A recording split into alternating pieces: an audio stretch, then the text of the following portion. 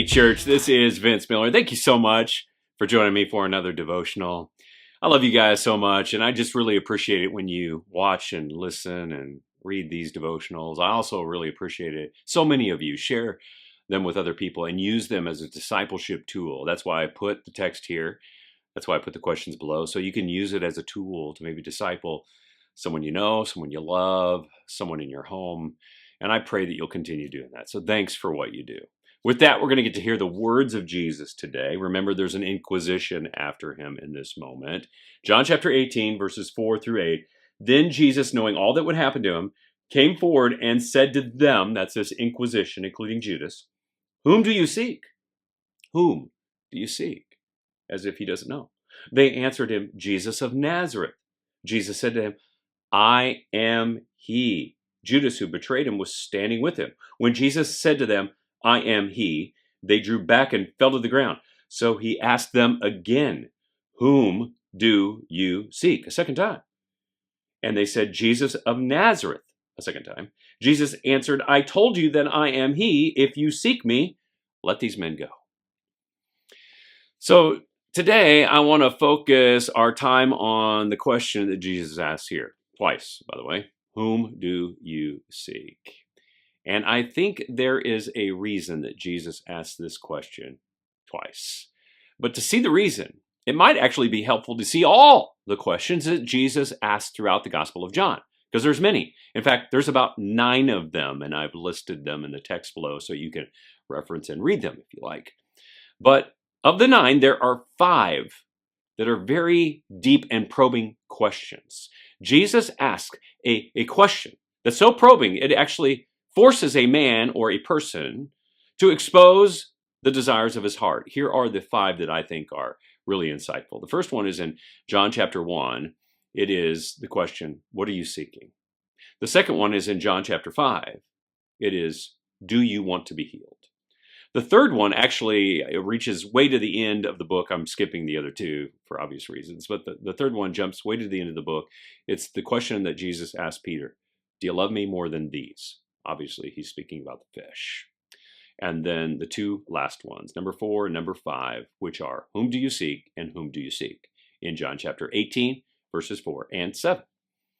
Now, I love that Jesus asks these questions because they drive straight to the heart of a man's desires. It's as if he, Jesus, looks past all these peripheral issues into our hearts.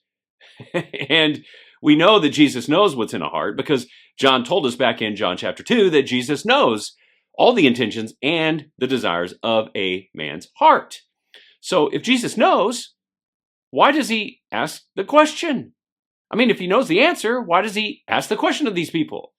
Well, I believe that Jesus asks these probing questions not because he doesn't know, but because he wants to ensure that they know. He wants them to say it and declare it and expose it. He wants them to speak their desires out loud so that they can see the connect or the disconnect. Simply put, he wants us to know that we know so that he can point our desires in a new and righteous and holy direction, one that's more glorifying. Or in this particular case, Jesus asked the question to point out the egregious nature of these men's desires. Now, there are a couple of great lessons, I think, in this. First is this. Deep growth in faith requires deeper probing into the connection or disconnection between our actions and our desires. A believer always gives attention to their actions, but right actions done from wrong motives and desires will always be wrong, even if they look right. So Jesus cares about deep integration here between our desires and our actions. Second, as believers who are also spiritual leaders, right? Just like you and me, we have to work this out not only in our lives, but we have to work this out in the lives of others. The probing questions that Jesus asks are discipleship and leadership tools that drive not only us, but others toward a deeper and more integrated faith in God.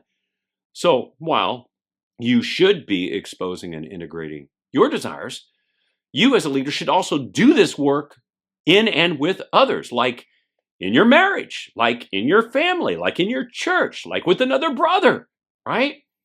So today, if you want to get a start on this, here's where you start.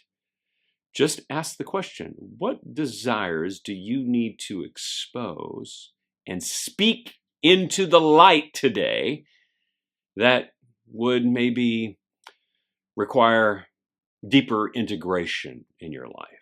Go beyond behaviors. Confess those desires. Say them out loud.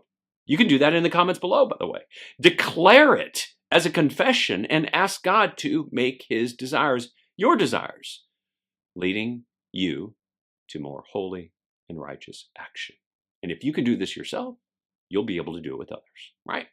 I love you guys. I pray this has blessed you. If it has, share it with someone else. And as always, live all in for him who lived all in for you.